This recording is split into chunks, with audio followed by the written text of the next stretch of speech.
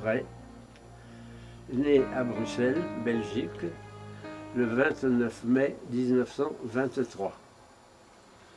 J'étais de nationalité belge et été naturalisé après la guerre. J'avais entendu l'appel du général de Gaulle, l'appel du 18 juin, à Bordeaux à la fin de l'Exode, en mangeant un cassoulet à Bordeaux.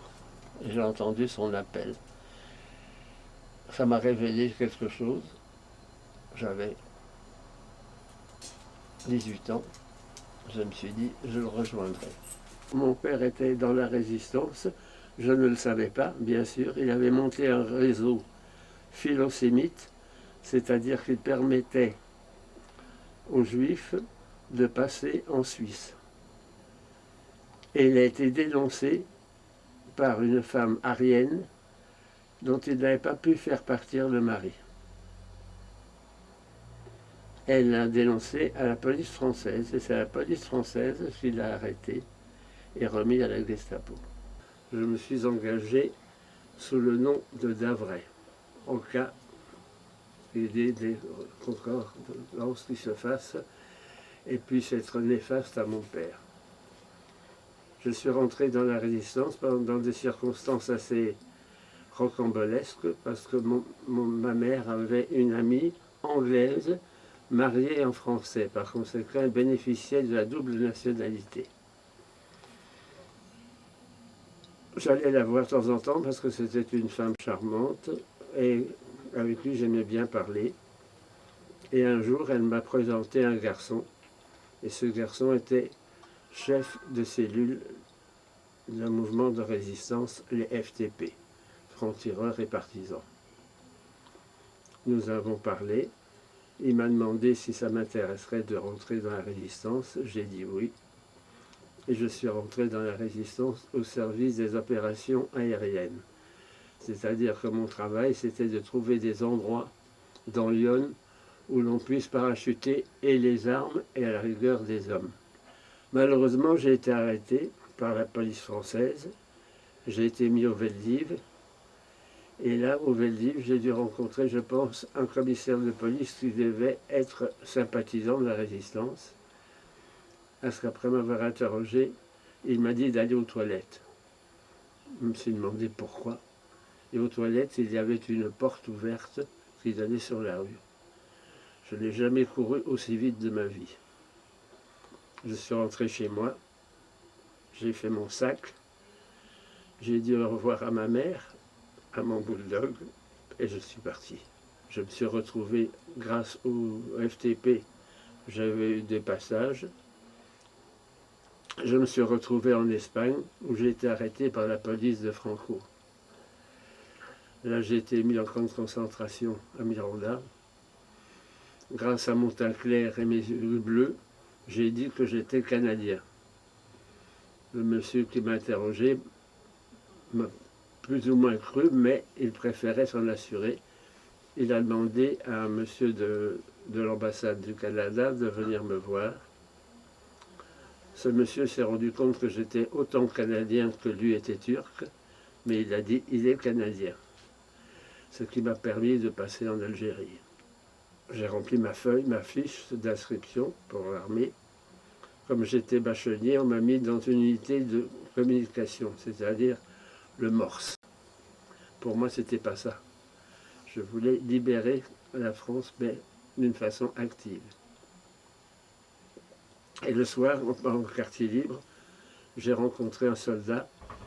Il n'avait pas le képi ni le balai de police, il avait un béret. C'était pas le béret des chasseurs alpins. Alors j'ai demandé pourquoi il avait ce béret. Il m'a dit parce que je fais partie des commandos. J'ai dit comment fait-on pour rentrer dans les commandos? Il m'a dit viens demain à tel endroit, je te présenterai à notre commandant. En effet, il m'a présenté au commandant d'Astier de la Vigerie, le bien connu.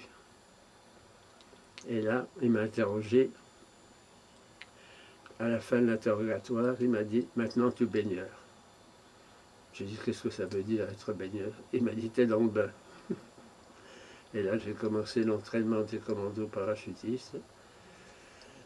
Et le 13 août nous avons reçu l'ordre de faire nos sacs.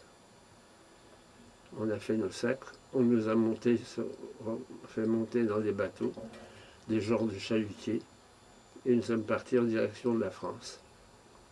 À quelques milles de la côte, on a mis les dinghies à l'eau, et à la pagaie, nous sommes partis en direction de Saint-Tropez. J'étais ravi de cette direction parce que mes parents avaient une propriété à Sainte-Maxime et j'avais fréquenté cet endroit, souvent à bicyclette, je le connaissais bien. Nous sommes allés jusqu'à Cogolin. À Cogolin, nous avons fait la jonction avec le Maquis. Et là, campagne de France, campagne des Vosges, Alsace, Allemagne, Autriche. À l'époque, j'étais le premier soldat de l'armée belge, de l'armée française, à rentrer en Autriche. Et j'ai reçu un télégramme, libéré chasseur d'Avray, père libéré de Buchenwald. Je n'ai jamais fait mon sac aussi vite de ma vie. Je suis rentré en France, en faisant du stop. J'ai retrouvé mon père qui était épais comme un haricot, amaigri, amoindri intellectuellement. Ma mère qui avait le bracelet FFI, parce qu'elle était infirmière dans le service santé. Et voilà comment s'est terminée ma carrière militaire. En 1942, j'étais un terroriste. En 1945, j'étais un libérateur. Voilà. Ça dit tout, ça. Les souvenirs douloureux, ce sont les camarades qui sont tombés. Nous sommes partis 120 d'Alger. À la fin de la guerre, nous restions 26. Vous dire. On voit les copains tomber. Et dans les commandos, notre action se faisait du corps à corps. Et un garçon m'a demandé, est-ce que vous avez tué? J'ai dit oui, j'ai tué. Malheureusement, je ne pourrais pas faire autrement. Mais je m'en souviendrai toute ma vie parce que son regard, au moment où je l'ai tué, je n'oublierai pas. Et après, j'ai pensé qu'il avait peut-être une femme, des enfants, un père et une mère. Moi aussi. Et je suis chrétien. Aimez-vous les uns les autres. Des souvenirs de tristesse, de garçons pleurant, hurlant à la mort, demandant qu'on les achève parce qu'ils ont été blessés et qu'ils souffrent beaucoup. Et ça, le pire. Et le soir, quand on se trouve dans son sac de couchage, qu'on a rempli sa mission et qu'on sait qu'on a tué, on se dit qu'il y a des familles qui vont pleurer, être malheureux et qui n'ont rien demandé. On était obligé de faire ça. Parce que le soldat, en général, c'est pas lui qui a déclaré la guerre. Il l'a subi. Et ça, c'est la grande injustice. Triste époque. Parce que l'être humain, parfois, n'est pas toujours ce qu'on espère.